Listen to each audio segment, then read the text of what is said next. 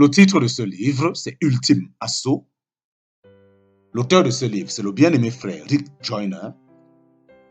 Nous sommes présentement à la troisième partie.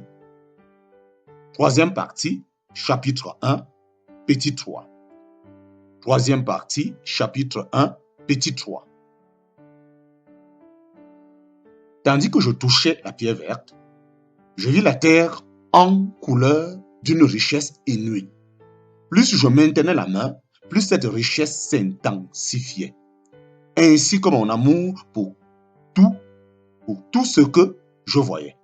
Je vis alors une harmonie entre toutes les choses de la vie à un degré que je n'avais encore jamais connu. Et je commençais à voir la gloire du Seigneur dans la création. Elle s'intensifia à tel point que je dus à nouveau m'écarter. Je me rendis compte que je n'avais aucune idée du temps passé à cet endroit. Ce que je savais, c'est que ma perception de Dieu et de son univers avait augmenté fortement, juste en touchant ces deux pierres, et il y en avait encore beaucoup à toucher. Une vie entière n'y aurait pas suffi. Combien d'autres chambres y a-t-il encore? Demandai-je à l'ange. Il y a des salles comme celle-ci à chaque niveau de la montagne sur laquelle tu es monté. Comment pourrait-on jamais connaître tout ce qui se trouve dans une seule salle et à plus forte raison dans toutes? Tu as l'éternité pour cela. Les trésors contenus dans les vérités fondamentales du Seigneur Jésus suffisent à remplir plus de vie que tu n'en peux compter. Nul homme dans toute sa vie ne peut connaître tout ce qu'il est possible de connaître sur chacun de ces trésors. Tu dois prendre ce dont tu as besoin et continuer ta marche vers ton but. Je me repris à penser à l'éminent combat et aux guerriers qui avaient été faits prisonniers. Ce n'était pas une pensée agréable en pareil lieu de gloire, mais je savais que je reviendrais continuellement dans cette salle. Je savais que je reviendrais continuellement dans cette salle. Il me restait peu de temps pour reprendre mon chemin vers le sommet, puis redescendre dans le champ de bataille. Je me tournai vers l'ange. Aidez-moi à trouver la porte qui mène au sommet. L'ange eut l'air perplexe. Nous sommes tes serviteurs, mais c'est toi qui nous conduis. Toute la montagne est un mystère pour nous. Désirons tous pénétrer ce grand mystère, mais quand nous aurions quitté cette salle, que nous connaissons un tout petit peu, notre connaissance augmentera encore plus que la tienne. Sais-tu où sont toutes les portes? Oui, mais nous ne savons pas où elles mènent.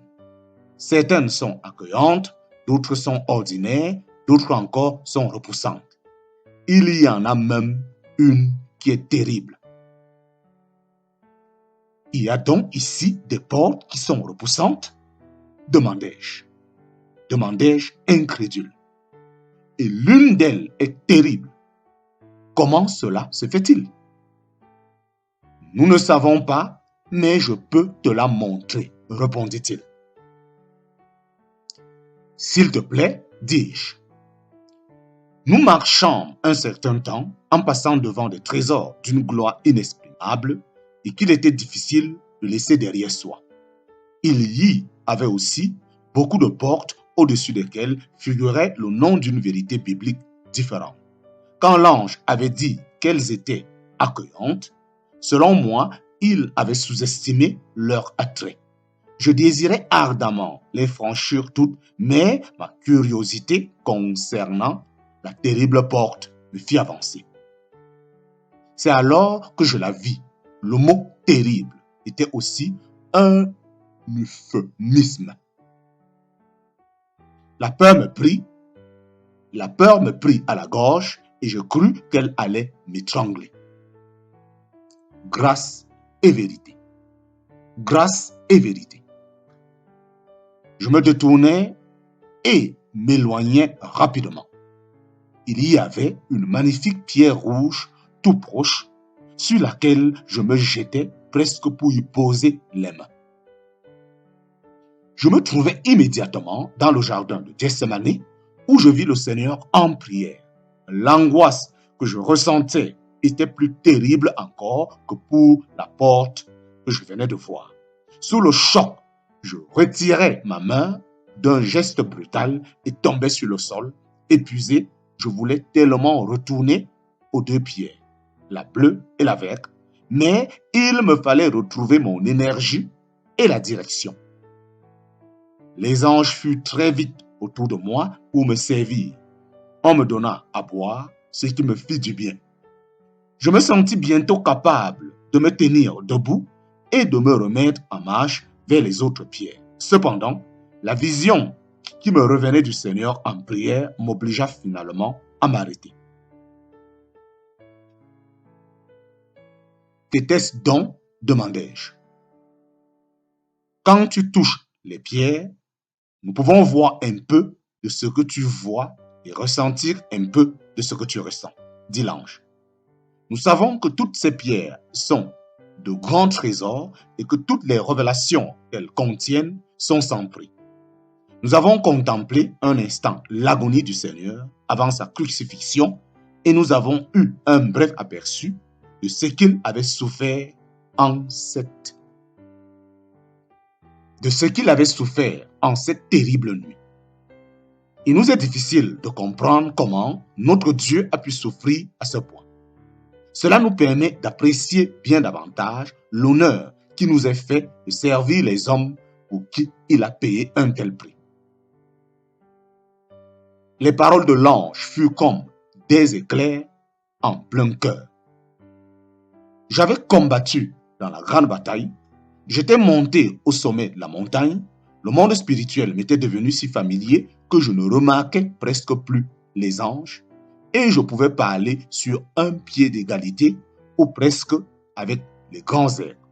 Pourtant, je ne pouvais supporter de partager, ne fût-ce qu'un instant, les souffrances du Seigneur sans être tenté de fuir vers une expérience plus agréable. Je criais presque, je ne devrais pas être ici. Plus que quiconque, je mérite d'être un prisonnier du malin. L'ange dit avec appréhension, nous comprenons que nul n'est ici parce qu'il le mérite. Tu es ici parce que Dieu t'a choisi avant la fondation du monde pour accomplir ses desseins.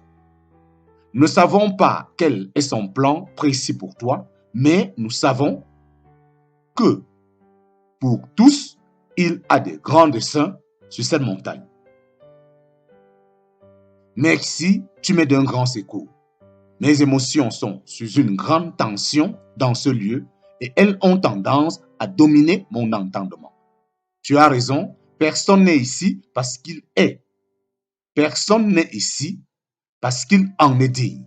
En vérité, plus nous montons, moins nous sommes dignes d'être ici et plus nous avons besoin de grâce pour y rester. Comment ai-je bien pu arriver au sommet la première fois? Dis-je. Par grâce, me répondit l'ange. Si tu désires m'aider, veuille me répéter ce mot toutes les fois que tu me vois dans les confusions ou le désespoir. Ce mot, je commence à le comprendre mieux que tout autre. Maintenant, je dois retourner à la pierre rouge. Je sais que c'est le plus grand trésor de cette salle et je ne dois pas quitter ce lieu avant de le déposer dans mon cœur. La vérité de la grâce. La vérité de la grâce. Les moments que je passais à la pierre rouge furent les plus pénibles que je n'eusse jamais vécus. Plusieurs fois, il me fut impossible d'en supporter davantage et je dus retirer ma main. D'autres fois, je dus retourner aux deux pierres, la bleue et la verte, pour revigorer mon âme. C'était chaque fois de plus en plus dur de revenir à la pierre rouge. Mais mon amour et ma gratitude envers le Seigneur m'approfondirent. Mon amour et ma gratitude envers le Seigneur s'approfondirent au travers de cette expérience plus que dans tout ce que j'avais pu apprendre ou vivre. Enfin, lorsque la présence du Père se retira de Jésus sur la croix, je ne pus en supporter plus. Je partis. Les anges qui vivaient aussi, d'une certaine manière, ce que je vivais était tout à fait en harmonie avec moi. Je n'avais plus en moi la volonté de toucher encore la pierre. Et je n'avais même plus le désir de retourner à la pierre bleue. Je restais seulement prostré à terre. Je pleurais sur ce que le Seigneur m'avait. Je pleurais sur ce que le Seigneur avait enduré. Je pleurais aussi parce que je savais que je l'avais abandonné comme les disciples. Je m'étais retiré au moment où il avait eu le plus besoin de moi. Après ce qui me parut être plusieurs jours, j'ouvris les yeux. Un autre aigle se tenait près de moi. Devant lui se trouvaient 3 pierres, une bleue, une verte et une rouge. « Mange-les, me dit-il. » Je les mangeai. Alors mon corps tout entier fut renouvelé et mon âme fut inondée de joie et de paix. Lorsque je me levai, je vis ces 3 mêmes pierres serties dans la poignée de mon épée et sur chacune de mes épaules. Elles sont à toi pour toujours, dit l'aigle. Elles ne peuvent être retirées et tu ne peux les perdre. Mais je n'ai pas terminé la dernière. Me recrierai-je. Me recrierai-je. Christ seul ira à jamais jusqu'au bout de l'épreuve. Tu as bien passé le test et tu dois maintenant partir.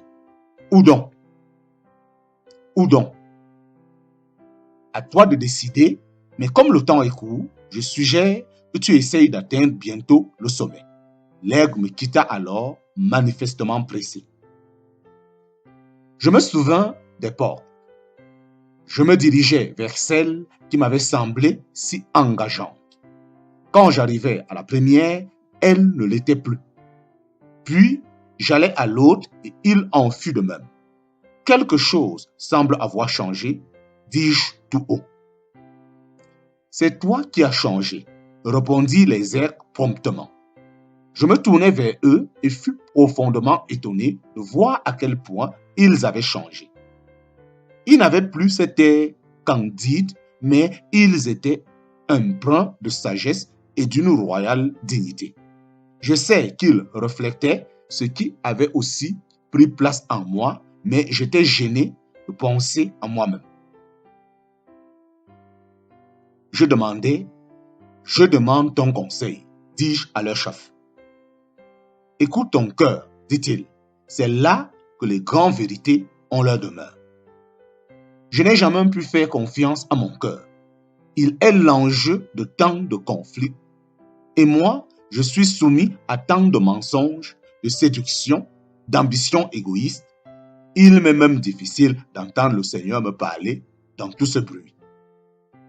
Avec la pierre rouge dans ton cœur, je ne crois pas que les choses seront comme avant, me déclara le chef avec une assurance inhabituelle. Je m'appuyais au mur, me disant que l'air n'était pas là au moment où j'en avais le plus besoin. Il avait pris ce chemin auparavant et saurait quelle porte choisir, mais je savais qu'il ne reviendrait pas et qu'il était juste que ce soit moi qui choisisse. En réfléchissant, je ne pus que penser à la terrible porte. Par curiosité, je décidai d'y retourner et de bien l'observer. Je m'en étais écarté si vite la première fois que je n'avais même pas noté quelle vérité elle représentait. Tandis que je m'en approchais, je sentis la peur monter en moi, mais elle était loin d'être aussi intense que la première fois. Contrairement aux autres portes, celle-ci était entourée de ténèbres et je dus m'approcher très près pour voir la vérité qui était inscrite au-dessus. Légèrement surpris, je lus le trône de justice de Christ.